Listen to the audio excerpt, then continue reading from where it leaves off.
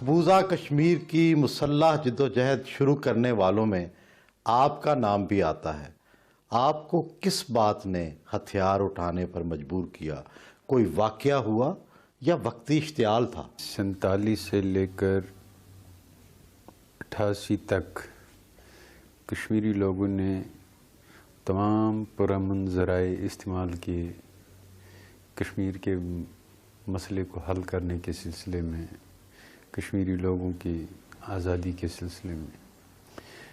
لیکن بدقسمتی یہ ہے کہ حکومت ہندوستان، جنہوں نے دنیا کو، جن کے father of nation Mahatma Gandhi نے دنیا کو نان وائلنٹ کا ایک انسٹیٹیوشن دیا لڑنے کے لیے، انہوں نے ہی کشمیر میں پرامن تحریک کو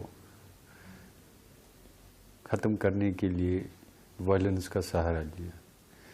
چونکہ آرمڈ اسٹرگل شروع کرنے سے پہلے میں خود ایک نان وائلنٹ پرامن تحریک کا حصہ رہا۔ 1985 میں پہلی بار مجھے جیل لے جایا گیا، ریڈ 16 انٹراگیشن سینٹر، پہلے 16 دن، صرف اس پہ کہ ہم نے ایک سٹیکر پرنٹ کیا تھا، اس پہ لکھا تھا انڈیپینڈنٹ جموں کشمیر۔ پھر میں نے 2 مہینے پولیس لاک اپ میں گزارے۔ پھر جب ہم ریلیز ہوئے تو ریلیز ہونے کے بعد ہم اس نتیجے پہ پہنچے کہ there is no space for non violent democratic movement in Kashmir, اور ہم نے فیصلہ کیا۔ غصے میں آ کر فیصلہ کیا یا انتقام کے جذبے کے تحت فیصلہ کیا؟ مجھے نہیں لگتا ہے اس میں انتقام تھا یا غصہ تھا۔ اگر انتقام اور غصہ ہوتا تو پھر 94 میں دوبارہ ہم اس کو ریویو نہیں کرتے، چونکہ جو آرمڈ سٹرگل ہم لوگوں نے شروع کی 88 میں، جس نے 1990 میں کشمیر کی 5000 سال کی تاریخ کا سب سے بڑا انقلاب لایا، اور جو مسئلہ کشمیر دفن ہو چکا تھا وہ دوبارہ زندہ ہو گیا۔ ملک صاحب، آپ باقی کشمیریوں سے زیادہ بہادر تھے یا آپ میں جذبہ زیادہ تھا؟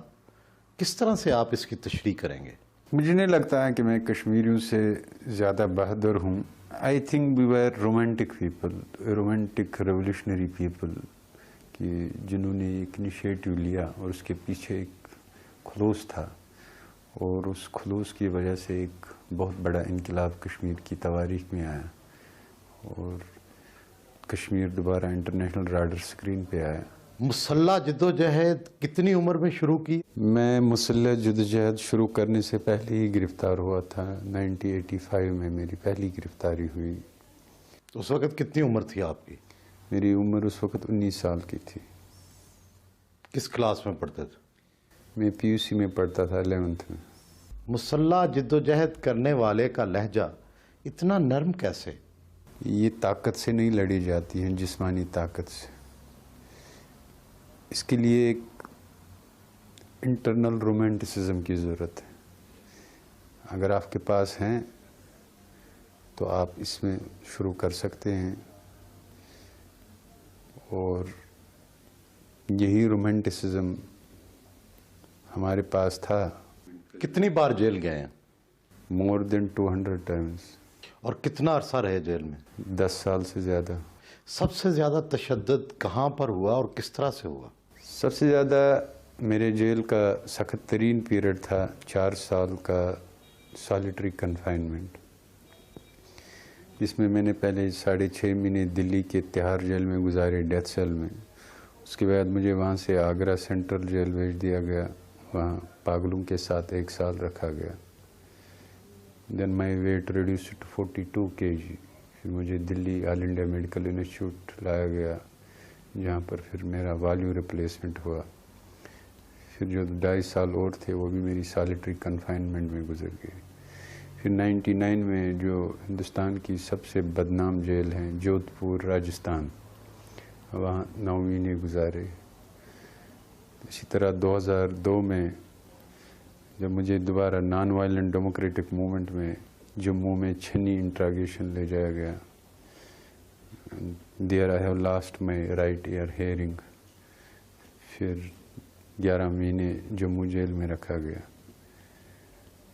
اور جو 1987 کا جو مجھے انٹراگیشن سینٹر لے جایا گیا where because of the food poisoning I'd get blood infection and I lost one of my heart valve. مسلح جدوجہد جہاں معصوم لوگوں کے لیے آزادی کی تحریک ہوتی ہے، وہاں اس سے کئی معصوم لوگوں کے خلاف گناہ اور ظلم بھی سرزد ہو جاتے ہیں۔ آپ پر بھی مفتی سعید کی بیٹی ڈاکٹر ربیہ سعید کے اغوا کا الزام لگتا رہا۔ 1987 میں ہی 89 میں ہی شہید عبدالحمید جو جموں کشمیر لبریشن فرنٹ کے لیڈر تھے، اس کی ماں کو 2 مہینے پولیس لاک اپ میں رکھا گیا اور کہا بیٹے کو سرنڈر کرا۔ پھر اس کے بعد شیخ حمید صاحب کو گولی لگی، گولی سمیت وہ گرفتار لگنے کے بعد گرفتار ہوا۔ اس کے بعد وہ واقعہ پیش ہوا، یعنی اس کے بدلے میں اغوا ہوا؟ کہتا ہوں اس کے بعد وہ واقعہ پیش ہوا۔ ہسٹری ول جج Jammu Kashmir liberation fronts activities, کیا غلط ہوا ہے اور کیا صحیح ہوا۔